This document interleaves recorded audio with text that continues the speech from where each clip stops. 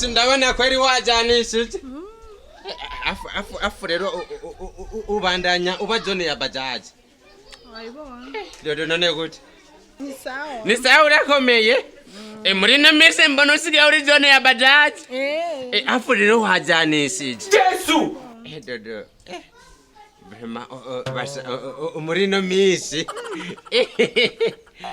none kimwe none rumuna none rumuna ko ivumvuri byanje bimfasha urabizi ibyo nakorera ngaho dashadodo umbiriza wendaje kuva na kera waho duri umwana mwiza je ndabona ko ari ibintu menga ni fresh oya nta naki none ushaka none sindaguteramisha nje tube turabraga tube turaganira none vuga utankora oya ntangorane no kuri brema dekura oya nana kimwe urumva gusa simbashaka umuntu ankora nazi nje mfise ingwara imvumbutse ngaho urana ko umbiriza dodo wenda ndakwizeye kuri umwana umeze neza uri fresh dodo nawe nakubwembe ko kandi urazi muri no minsi urazi ko sigenda gukunda cyane yego brema nusigaye unyisha usigaye ukora ibintu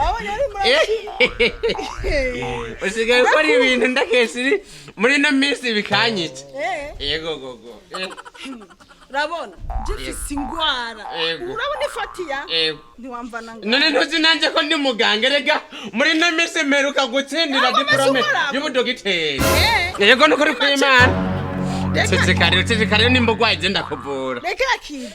Nukuri ku Imana nta kibazo. Nagometse nkora. None ndakokoze ko ndakuriye.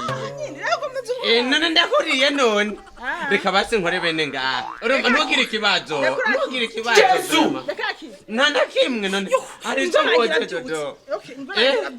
None ahanyene mwibarabara nawe. Sawa bishaka. Sawa shatse. Oya hane mwibarabara abantu bose barabona. None ahanyene mwibarabara. None. Oya basi tuje munzu. Oya ambura. Yesu. Uri kurandika diga. Kandi reka ndiko ndadigwa. Reka. Babona. Akunesha umutwe gusa. Hey.